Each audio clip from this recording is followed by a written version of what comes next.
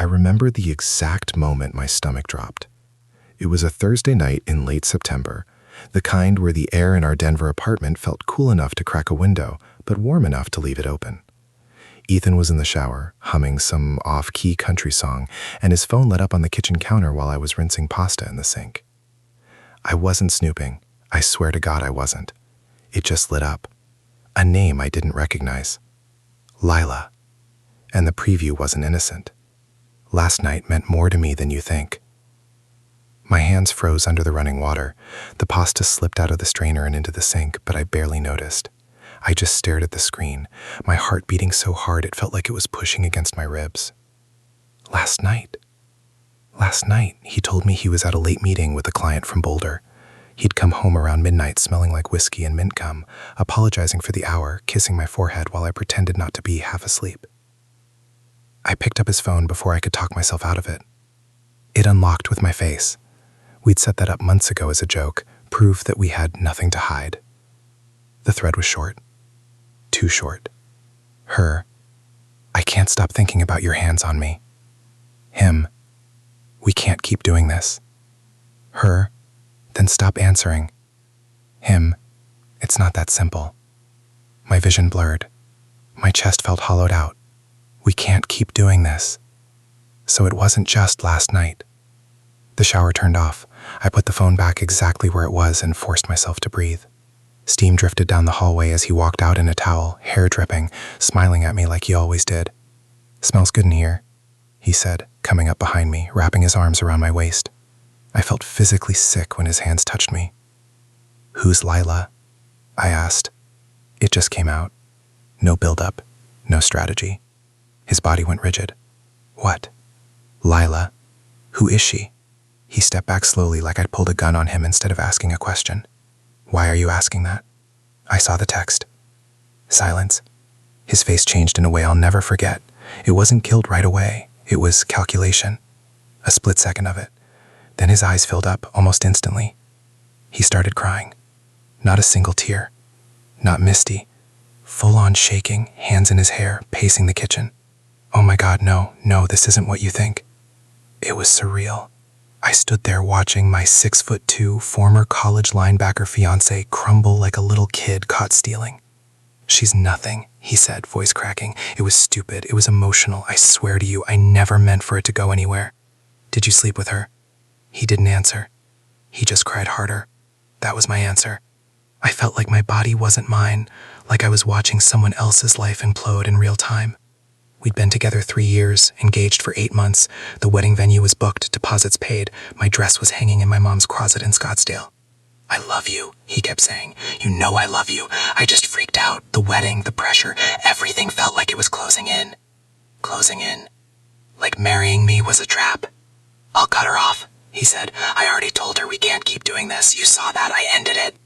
"You saw that?" Like that was supposed to comfort me. We barely slept that night. He stayed up on the couch, crying on and off, texting someone, I assumed her, to end it for good. Around 3 a.m., he came into the bedroom and knelt by the bed like he was proposing all over again. "I'll do anything," he said. "Therapy, couples counseling, whatever you want. Just don't throw us away."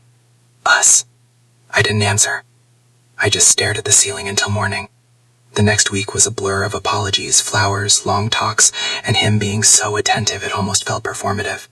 He deleted Instagram, blocked her number in front of me, offered to share his location permanently. And then, almost like it was part of the same damage control script, he brought up the prenup again. He'd mentioned it months earlier, casually, after his startup got its second round of funding. At the time, I hadn't thought much of it. I work in marketing, I make good money. I wasn't marrying him for his equity. But now, he was pushing it harder. "It's just smart," he said one night while we sat at the kitchen island. "It protects both of us." "Both of us from what?" I asked. "From worst-case scenarios." The irony burned. "Are you planning a worst-case scenario?" I said quietly. He looked hurt. Deeply hurt. "After everything this week, you think I'd do anything to hurt you again?" I didn't answer that either. He started sending me articles about how modern couples use prenups as relationship insurance. He framed it as responsible, mature, forward-thinking, said his lawyer recommended it after the valuation jumped. Something about it felt off. The cheating was one thing. It was raw, emotional, impulsive, ugly, but human. The prenup felt strategic, cold. 2 weeks after I found the texts, I met with the lawyer he recommended. Downtown office, glass walls, minimalist furniture, the kind of place that smells faintly like espresso and ambition. The lawyer, Mark, was probably in his early 40s, polished, calm. He slid the draft across the table like it was nothing more than paperwork for a car lease. Standard stuff, he said. Protects premarital assets, future business interests, limits spousal support. Limits spousal support. I flipped through it slowly. Most of it was dense legal language, but one clause made my stomach tighten. In the event of dissolution of marriage initiated by either party, neither party shall be entitled to alimony or any claim to future earnings or business growth accrued during the marriage. Future earnings, business growth during the marriage. I looked up. So if his company explodes 5 years from now, you wouldn't have a claim to that equity, Mark said evenly. Even if I'd been there supporting him through it, even if I'd helped build the brand, hosted investor dinners, relocated for him, it would all stay his. And what about infidelity? I asked. Mark blinked. There's no specific infidelity clause in this draft. Of course there wasn't. That night I brought it up. You cheated on me, I said, sitting across from him at the dining table. And you want me to sign something that protects you no matter what you do in the future. He looked exhausted. That's not what this is. Then what is it? It's protection from greed, from things turning ugly. It's already ugly, Ethan. He rubbed his face. I'm trying to fix this. I'm trying to build a future with you. Why are you acting like I'm planning an exit? Because it felt like he was. Because the texts weren't just a mistake. They were a glimpse of something else, a version of him who was already halfway out the door. Over the next few days, I couldn't shake a thought that kept creeping in. What if the cheating wasn't panic? What if it was preparation? He'd pushed the wedding date twice because of funding rounds. He'd suddenly insisted on keeping certain finances separate. He'd even joked once months ago that love is amazing until lawyers get involved. At the time I'd laughed. Now it echoed differently. One night while he was at the gym, I opened his laptop. I told myself I just wanted reassurance, something to prove I was spiraling. His email was open. And there it was. An email chain with his lawyer from 3 months ago. Subject lines started shaking as I scrolled. If valuation increases significantly after Series C, Heath had written, I want to ensure minimal exposure in case things don't work out. Let's have the prenup airtight before Q1. Before Q1. Our wedding was scheduled for March. Series C funding was expected in April. I sat there in the dark living room, laptop glowing in my lap, heart pounding so loud I could hear it in my ears. This wasn't about protecting both of us. This was about protecting him from me, from a marriage he hadn't even walked into yet. And suddenly, his tears in the kitchen replayed in my mind. The pacing, the shaking hands, the desperate promises. Were those real, or were they just damage control? I heard the front door unlock. I closed the laptop just as he walked in, gym bag over his shoulder, smiling at me like nothing in the world was wrong. And in that moment, looking at him, I realized something that scared me more than the cheating ever had. I didn't know who I was about to marry. I didn't confront him that night. That's the part that still surprises me when I think back on it. I didn't explode. I didn't throw the laptop across the room. I didn't scream or cry or demand answers. I smiled. I asked him how the gym was. I heated up leftovers and listened to him talk about leg day and some guy hogging squat rack. I watched his mouth move while my brain replayed that email over and over again. Minimal exposure in case things don't work out. Things. Not us. Things. I studied him like he was a stranger sitting across from me at a bar. The same broad shoulders I used to feel safe leaning into. The same cricket smile that made me say yes when he proposed on that freezing night at Red Rocks. The same hands that held my face when he promised me forever. And now, I couldn't stop picturing those hands on someone else. On Leela. I barely slept again. Around 4 a.m., I got up and went into the living room. The city was quiet outside our floor-to-ceiling windows, just a few headlights sliding down the street below. I wrapped myself in a blanket and started Googling prenups at an hour when most sane people are dreaming. What I read made my chest tighten. Yes, prenups are normal. Yes, they protect assets. But the timing matters, intent matters, and if one person is pushing hard while hiding things, that matters too. My morning, I had decided one thing. I wasn't signing anything until I had my own lawyer look at it. When I told Ethan that over coffee, he didn't like it. You don't trust my attorney? He asked, too casually. It's not about trust. It's standard to have independent counsel. He leaned back in his chair. That's just going to drag this out. Drag what out? The process. The process. Like our marriage was paperwork. I'm not signing something that complicated without my own representation, I said. That's not unreasonable. He stared at me for a second too long. Fine, he said finally.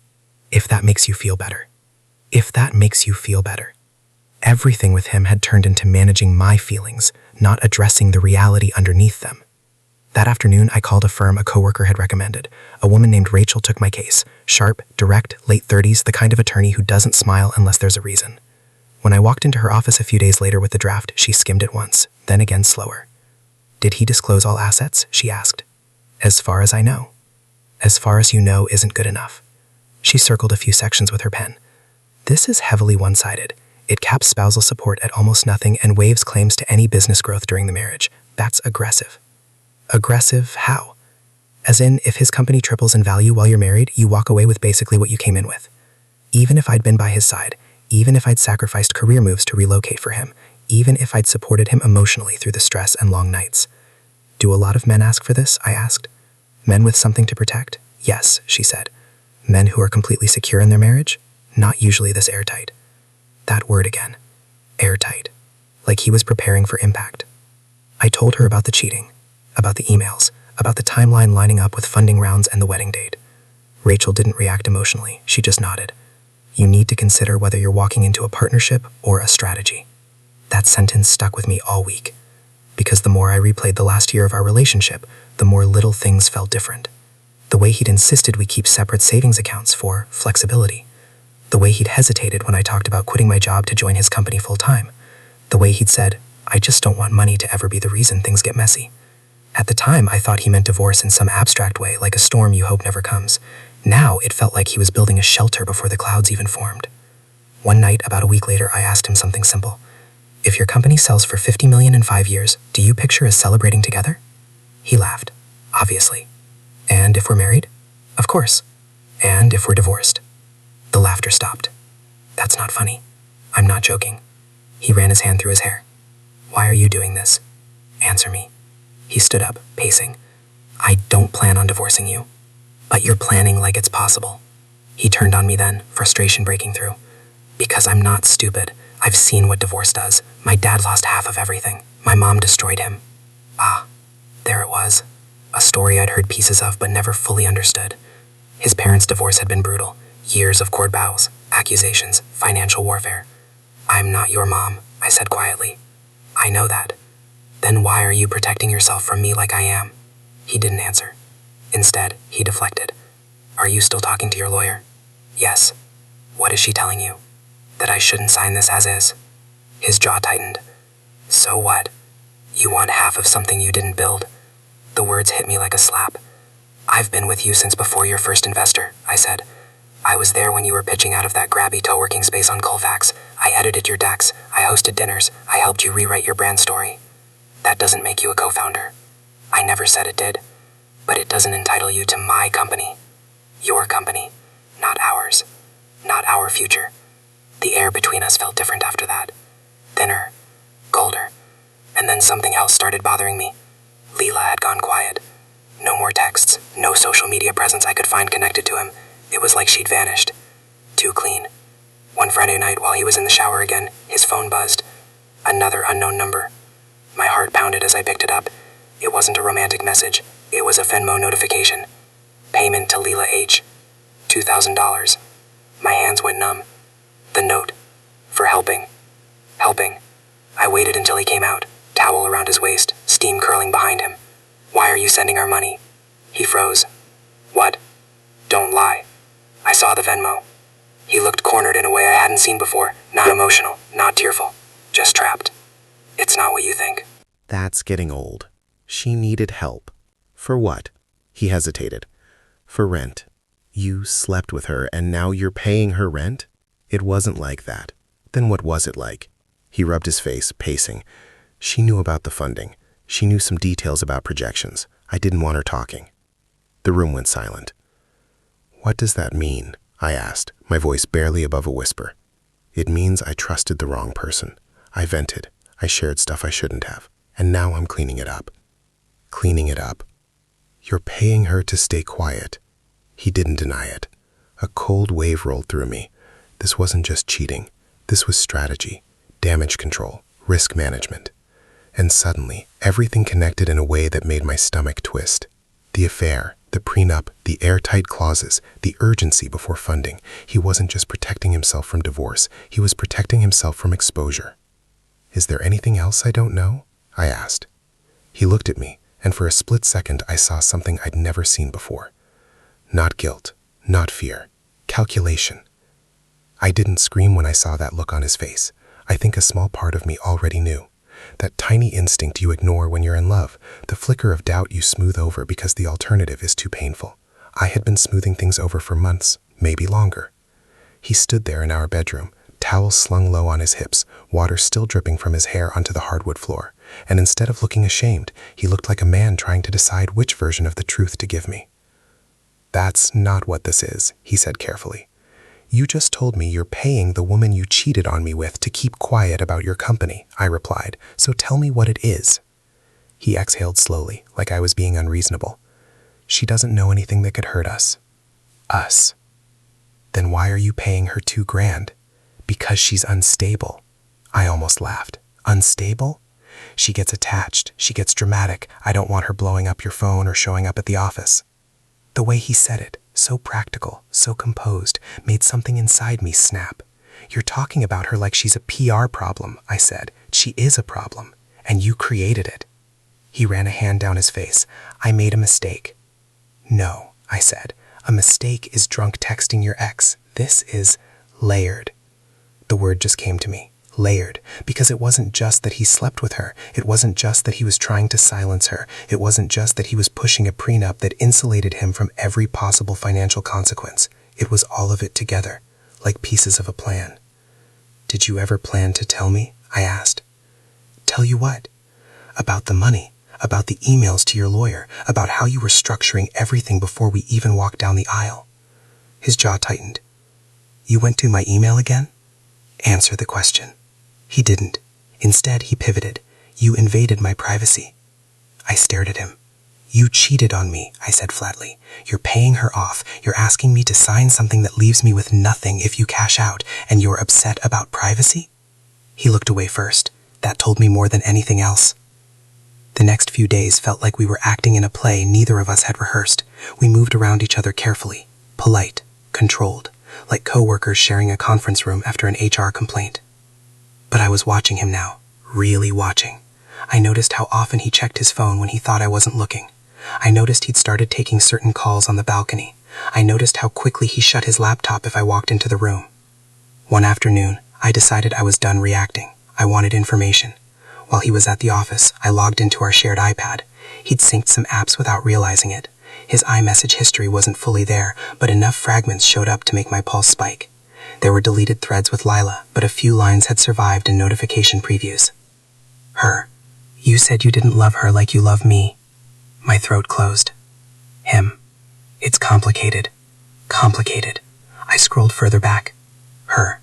"So after the wedding, what happens to us?" My heart slammed against my ribs. His reply wasn't fully visible, just the first part before it cut off. "After the paperwork is done." After the paperwork is done. Paperwork. The prenup. The marriage license. The funding. My hands were shaking so badly I had to put the iPad down. This wasn't panic cheating. This wasn't a man overwhelmed by wedding stress. This was someone thinking in phases. Before wedding, after paperwork, after funding. Where did I fit into those phases? That night, I didn't wait for him to bring anything up. "Did you tell her you loved her?" I asked as soon as he walked in. His shoulders stiffened. "What? Did you tell her you loved her?" "Why are we still doing this?" "Because I saw part of your messages." He went pale. "What did you see?" "That you told her it was complicated, that you talked about after the paperwork is done." "What paperwork, Ethan?" He looked cornered again, but this time the tears didn't come. "I was trying to end it," he said. "By promising her something after we get married?" "I wasn't promising anything." "Then what were you doing?" He didn't answer right away. He walked into the kitchen, poured himself a glass of water, drank half of it, like he needed time to construct something believable. "She thought I was going to leave you," he said finally. "I never said that. But you didn't correct her. It wasn't the right time." The right time? I felt like I was standing on ice that had already cracked. "Are you in love with her?" I asked quietly. "No." Did you ever consider not marrying me? His silence stretched too long. That's not fair, he muttered. It was the closest thing to a yes I was going to get. I walked into the bedroom and sat on the edge of the bed, staring at the wall. He followed me, slower this time. I panicked, he said. The company's about to blow up. There's pressure from investors. There's pressure from your family about the wedding. Everything felt locked in. So you found an escape hatch. That's not what she was. Then what was she? He hesitated again. She was simple. The word cut deeper than if he'd said sexy or exciting. Simple. I was complex. I asked questions. I had opinions about branding strategy and equity splits. I challenged him when I thought he was wrong. Lila was simple. She didn't expect anything, he added. Except he was sending her money and talking about after the paperwork. You were going to marry me, I said slowly. Secure your assets, close your funding round, and then what? His eyes flashed. You're twisting this. Am I? Of course I wasn't planning to leave you. Then why does it feel like you were building a safety net that didn't include me? He looked at me like I was exhausting him. You're spiraling. That word again. Making my instincts sound dramatic, irrational. But the pieces were there. The prenup with no infidelity clause, the urgency to finalize it before Q1, the email about minimal exposure, the messages about after the paperwork, the hush money.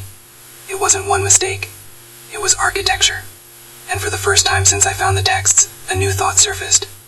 What if I wasn't the one being blindsided? What if he assumed I'd never connect the dots? The idea didn't make me cry. It made me calm. The next morning, while he was in the shower, I took photos of the prenup draft. Screenshots of the email thread, the Venmo transaction, the message fragments from the iPad. Not because I planned to use them, because I wanted leverage. If he was thinking strategically, maybe I needed to start doing the same. When he came into the kitchen tying his tie, he leaned down and kissed my cheek like everything was fine. We're going to get through this, he said. I looked at him, really looked at him, and for the first time since he proposed, I didn't see my future. I saw a negotiation. The strange thing about betrayal is that once the shock fades, you start seeing everything with brutal clarity. For weeks, I'd been reacting, crying, questioning, trying to understand him, trying to salvage something that already felt cracked. But after I took those screenshots, after I realized this wasn't just emotional chaos, but something methodical, something almost corporate, I stopped feeling like the wounded fiancé. I started feeling like a liability he was trying to manage. And that changed everything. I didn't call off the wedding. I didn't confront him again right away. Instead, I called Rachel. I forwarded her every screenshot, the emails, the Venmo transaction, the partial messages about after the paperwork is done. She called me back within an hour. This is not a man who's uncertain, she said calmly. This is a man hedging. Hedging for what? I asked. For optionality. That word sat heavy in my chest. Optionality. Like I was one of several possible outcomes. He wants to lock in the marriage under terms that protect him, she continued. If the company explodes, he's insulated. If it doesn't, he still has you. And if he decides later he wants something else, the financial damage is capped. It was so clinical when she said it, so clean. But hearing it framed that way made something inside me harden. What would happen, I asked slowly, if I didn't sign? He can't force you, but he could postpone the wedding. Postpone. Again. I already knew that tone. The funding round delays, the timing isn't ideal conversations. And if I demand it changes, I asked. We can negotiate. Add an infidelity clause. Add a sunset clause where the prenup dissolves after a certain number of years. Or we can structure compensation tied to business growth during the marriage. Compensation. The word felt cold, but I didn't flinch. Because if he was treating our future like a spreadsheet, maybe I needed to start treating it like a love story. That night, I told him I wanted revisions. He didn't yell, he didn't cry. He just went quiet in a way that felt more dangerous than either. What kind of revisions? He asked. An infidelity clause, I said. If you cheat during the marriage, the prenup is void. His jaw tightened immediately. That's extreme. You already cheated once. That was before we were married. Exactly. He stared at me like I just revealed a different version of myself. And I want a growth participation clause, I continued. If the company's valuation increases during the marriage, I'm entitled to a percentage. You're asking for equity? I'm asking not to be disposable. The room felt smaller, tighter. You think I'm planning to dispose of you? He asked. I think you're planning for the possibility. Silence stretched between us. You've changed, he said finally. I almost laughed. I've changed? You're cold. No, I said quietly. I'm paying attention. That was the first real crack in his composure. This isn't romantic, he muttered. Neither is paying off the woman you slept with. His face darkened. I told you that was damage control. Yes, I said. Exactly. He stood up, pacing again like he did the first night I confronted him about Leela. But this time there were no tears, just frustration. You're making this transactional, he snapped. You already did. The truth hung there. Because if he hadn't cheated, if he hadn't drafted that email months before I even suspected anything, if he hadn't sent her money with a vague note that said, for helping, maybe I would have signed without a second thought. But now it felt like I was walking into a business deal disguised as a wedding. Over the next 2 weeks, negotiations went back and forth between Rachel and his attorney. The tone shifted from standard agreement to something much more detailed. Infidelity clause, sunset clause after 7 years, compensation tied to liquidity events. Every time I brought up updates, Ethan grew more distant. One night, after yet another tense dinner eaten mostly in silence, he said something that stopped me cold. You don't even seem like you want to marry me anymore. I looked at him across the table. Do you? I asked. He didn't answer right away. That was when I knew. Not because he admitted anything, not because he confessed some secret plan to leave after Series C, but because the hesitation wasn't about fear, it was about weighing, like he was calculating which version of his future made more sense. And I suddenly realized I didn't want to be an option he optimized for. A few days later, I did something I hadn't done since all this started. I looked up Leela, really looked. LinkedIn, Instagram, public records. She wasn't unstable, she wasn't dramatic. She was 26, worked in event coordination, recently moved to Denver, no history of chaos, no red flags. Simple. That word echoed again. And then I noticed something else. She'd attended 2 of his company's networking events last spring. So this hadn't been random. This hadn't been some bar hookup. This had been proximity, opportunity, integration. I don't know why, but that detail broke whatever was left in me. Because it meant he didn't stumble into temptation. He let it orbit him. The final conversation happened on a Sunday afternoon. The apartment was quiet. The wedding invitations were stacked on the coffee table, half addressed. My dress was still at my mom's house waiting for a fitting next month. I can't do this, I said. He looked up from his laptop. Do what? Marry you like this. His expression shifted from confusion to anger in seconds. So that's it. After everything, you're walking away. After everything, I repeated softly. He stood up. We were fixing it. No, I said. We were negotiating it. That's what adults do. Adults don't build exit strategies before they save house. His voice sharpened. You're blowing this up because you're insecure. The word hit, but it didn't land, because I wasn't insecure anymore. I was clear. You cheated, I said evenly. You tried to lock me into a contract that protected you from consequences. You paid her to stay quiet. And when I asked for fairness, you called me cold. He stared at me like I was a stranger. I loved you, he said. I loved you too. Past tense. The silence that followed was heavy but not chaotic.